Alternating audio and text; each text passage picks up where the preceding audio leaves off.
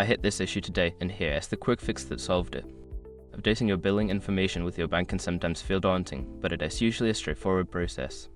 Here is how to do it step by step. Step 1. Log into your account.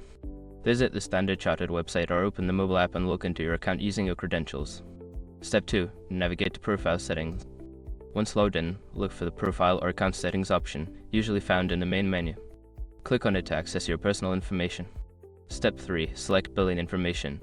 In the Profile Settings, find the section labeled Billing Information or Payment Details.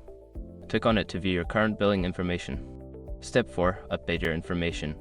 Before filing a refund or dispute, use the SROC.com link in the description to open the refund dispute deadline calculator and confirm your deadline. Step 5. Confirm changes. After updating, look for a Confirm or Submit button to finalize the changes.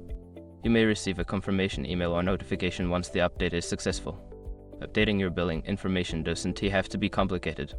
Just follow these steps and you'll be all set. If you run into any issues, don't hesitate to reach out to customer support for assistance.